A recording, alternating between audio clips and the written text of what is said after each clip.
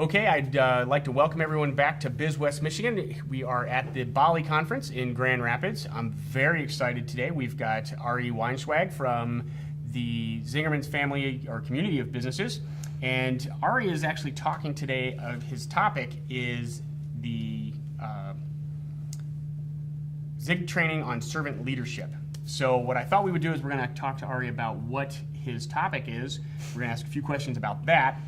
We're going to learn a little bit about the Zingerman's businesses, and we're going to talk about his books and see what other kind of fun and exciting things we can learn. So, Ari, thanks for coming online. My pleasure. Thanks for having me. So why don't you tell me a little bit about the Zing training on servant leadership? Okay. Well, I mean, Zing Train is just our training business, so so that's what that is. But servant leadership is one of a myriad of subjects that we teach. It's sort of the core of our leadership philosophy. It's adapted from, there was a guy named Robert Greenleaf who wrote a book called Servant Leadership in 1977, and that's really where we learned it from. So we've sort of adapted it from what we learned from him. And the basic premise of it, as he wrote it and as we teach it today, is that the leader's number one responsibility is to serve the organization, not the other way around. And there's a whole series of particular components that we teach around it, but I mean, at its core, that's really the basic premise of it. So now that is a pretty major paradigm shift, and a lot of people don't really understand how that would be. But as far as the concept goes, it's pretty much applicable to business of any size, right? Organizations of any size, because it's not really just tied to business. I mean, it's no different in a not-for-profit, and there are plenty of not-for-profits, unfortunately, that are run in a sort of hierarchically based, autocratic way. Even though the cause of the organization may be good, it doesn't mean that the internal workings of it are congruent with the cause. And conversely, there are for-profit organizations that are very flat and very service-oriented internally as well as externally. So I think really, it works in any organization, any size, any industry, any focus, any industry. Yeah. So one of the things that I know that, having been a consumer at several of your businesses in Ann Arbor, obviously we absolutely love the deli. One of the things that I notice is that, with the servant leadership and with the people that you have on staff, they're pretty much empowered to really make the decisions on the fly. I mean, obviously within certain rules and everything, but is not that really? They can pretty much do what they want. It's what they need to do, right? Yeah. Take care of the customer. Now, you guys started your business with the deli, and it was you and Paul Saginaw, and that was a pretty tough startup, from what I understand.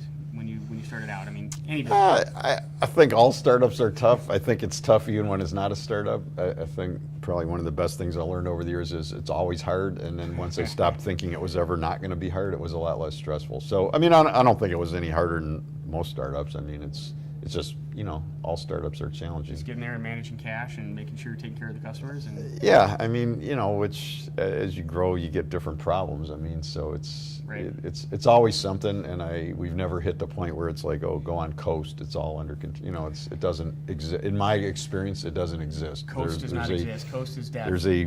No, exactly. And I think there's a mythology out in the world that you work hard for a few years and then you're done, and it's like, I don't buy that. I mean, I've at least never experienced it.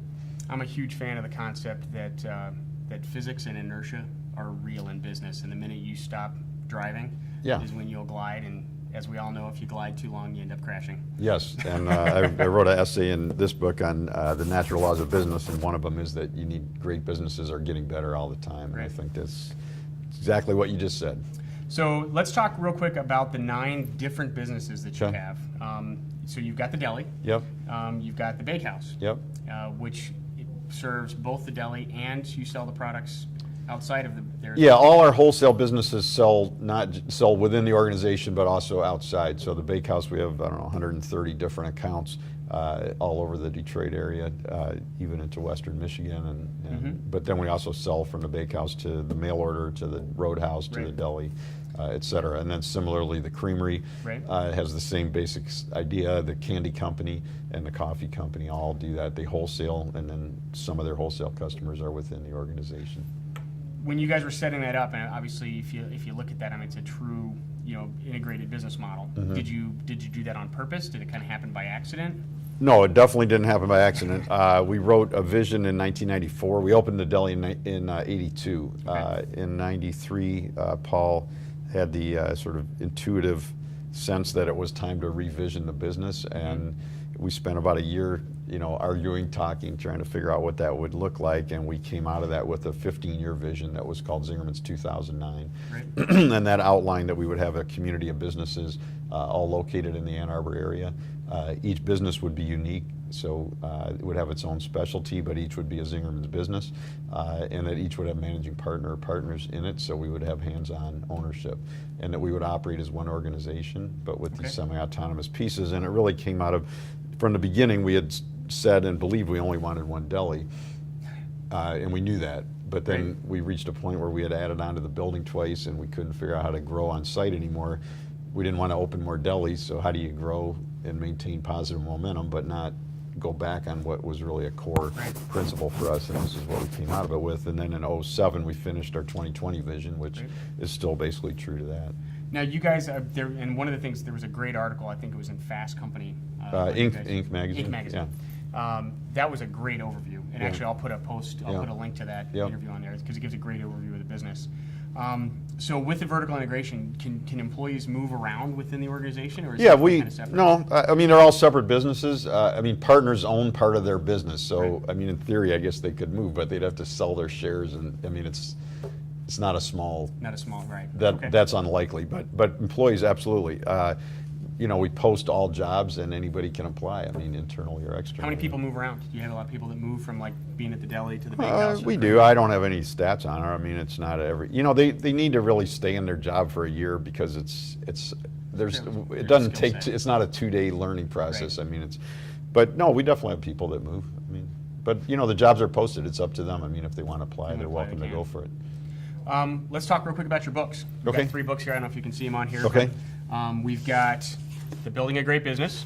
Yep. We've got Being a Better Leader, and the Servant Leadership essay is in this book, correct? Yep. And then we also have, this is the one that I think is fun, is the Zingerman's Guide to Better Bacon, and there's some awesome recipes in there. My wife was actually looking at that All right. Not too long ago. So the books are available. Yeah, so this is part 1, Zingerman's Guide to Good Leading, a Lapsed Anarchist's Approach to Building a Better Business. And this is part 2, which, as you said, is Being a Better Leader. I'm working on part 3, which will be on managing yourself, and I've got about 6 parts outlined all told. We're sort of mindfully off the grid with them, so these were actually printed in Ann Arbor. Our crew did all the design. We've gone back to self-publishing. I did a few other books with big publishing houses, which wasn't the worst thing in the world, but really didn't fit with our way of working. And so these are available in all our businesses, off the Zing Train website, where people can also see all our training seminars that we do, and then on zingermans.com, or we do like to wholesale them out to small shops, independents of all sorts around the country. Okay. So there's and we'll see if we can get some of the local First guys to hook you up with, that'd be great. with that. So Ari, I really appreciate you taking the time to come on to Biz West Michigan, and we are at the Bali Conference again with Ari Weizenweig. I can never say your name right. Say it for me again. Weizenweig. Weizenweig from the Zingerman's Community of Businesses. Thanks for watching Biz West Michigan.